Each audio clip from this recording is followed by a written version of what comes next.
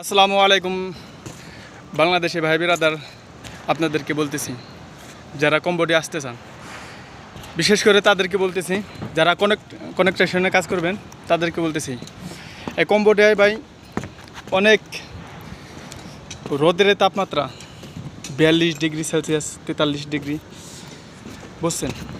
আপনারা বাংলাদেশ থেকে রোদের ভিতরে কাজে লাগাইয়া শরীরকে শক্ত করে এই কম্বোডিয়া আসেন। আর কনেকট্রেশনের কাজের অনেক চাহিদা ভাই, বিশেষ করে সবাই আমার কথা শুনতেছেন ভাই। রড ধরলে 4-5টা করে ঠুসা ভরে যায়, যেমন আমার হাতে পড়ছে ভাই। এখন কি দেখাবো, যাই হোক, টিকশন যায় না ভাই রোদ্রে। আপনারা ভালো থাকবেন। আর যারা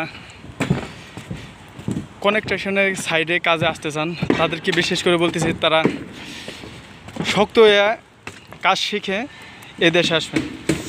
তাছাড়া ভাই কোনো মূল্য নাই ভাই, বুঝছেন।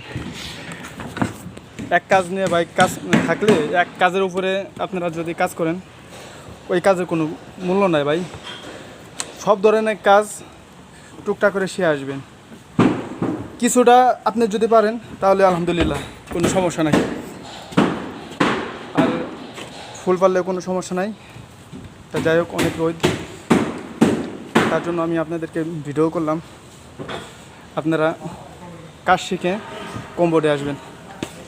আর রোদের তাপমাত্রা অনেক, ঠিক আছে ভাই। সবাই ভালো থাকেন, সুস্থ থাকেন। আসসালামু আলাইকুম।